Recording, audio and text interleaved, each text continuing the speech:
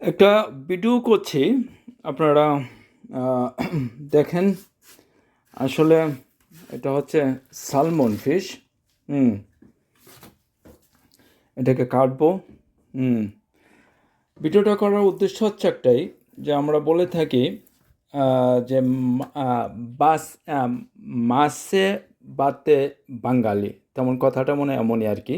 মাছে মাতে মাছ ভাতে মাছে বাঙালি। আসলে কিন্তু এখন আর আমরা মাছে ভাতে বাঙালি আর নাই, তাই না? এই কারণে যে আমরা হচ্ছে এখন আপনার মাংস আর ফাস্ট ফুডে বাঙালি। আসলে আহ, মাংসটা যে কত অপকার, এটা আসলে আমরা কেউ জানি না, অনেকে জানি না। আমরা প্রতিদিন মাংস খাচ্ছি, ঢং করে আবার বলছি আল্লাহ, মাংস ছাড়া না আমরা খেতে পারি না। এটা ঢঙ্গের কথা, কিছু মনে করবেন না। আসলে আমরা তো বাঙালি না, এখন আমরা হয়ে গেছি আপনার ওই যে আবার বলি, আমরা ফাস্ট ফুড আর আপনার কি জানি কয়, মাংস। প্রতিটা সংসারে মাংস পাবেন, ওরা মাংস প্রতিদিন খাচ্ছে এবং প্রেশার বাড়ছে এবং ডায়াবেটিস, যত ধরনের রোগ আছে সব কিছু রোগ হচ্ছে।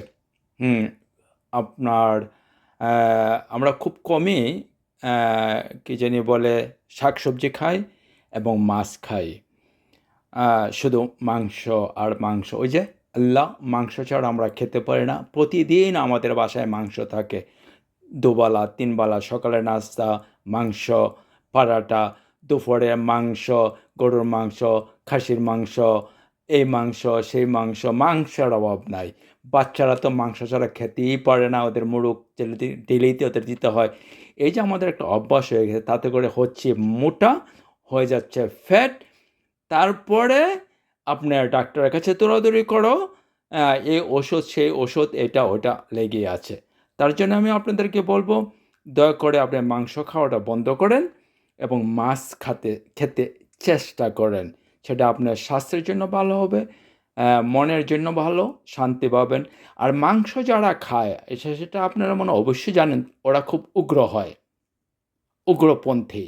এদের কথাবার্তা চালচলন খুবই উগ্র হয় এবং ওরা মানে ওই যে ভাগ ভাগ, তারপরে আপনার সিংহ, এরপরে যে কিছু কুকুর আছে, ওরা কিন্তু মাংস খায়, কারণ তো খুবই উগ্র। ঠিক মানুষও যদি অতিরিক্ত মাংস খায়, এরা উগ্র হয়। তার জন্য বলবো, আপনারা সবাই চেষ্টা করেন মাছ খেতে, ছোট মাছ বড় মাছ সব ধরনের মাছ। ভালো থাকেন সবাই, খুদা হাফেজ।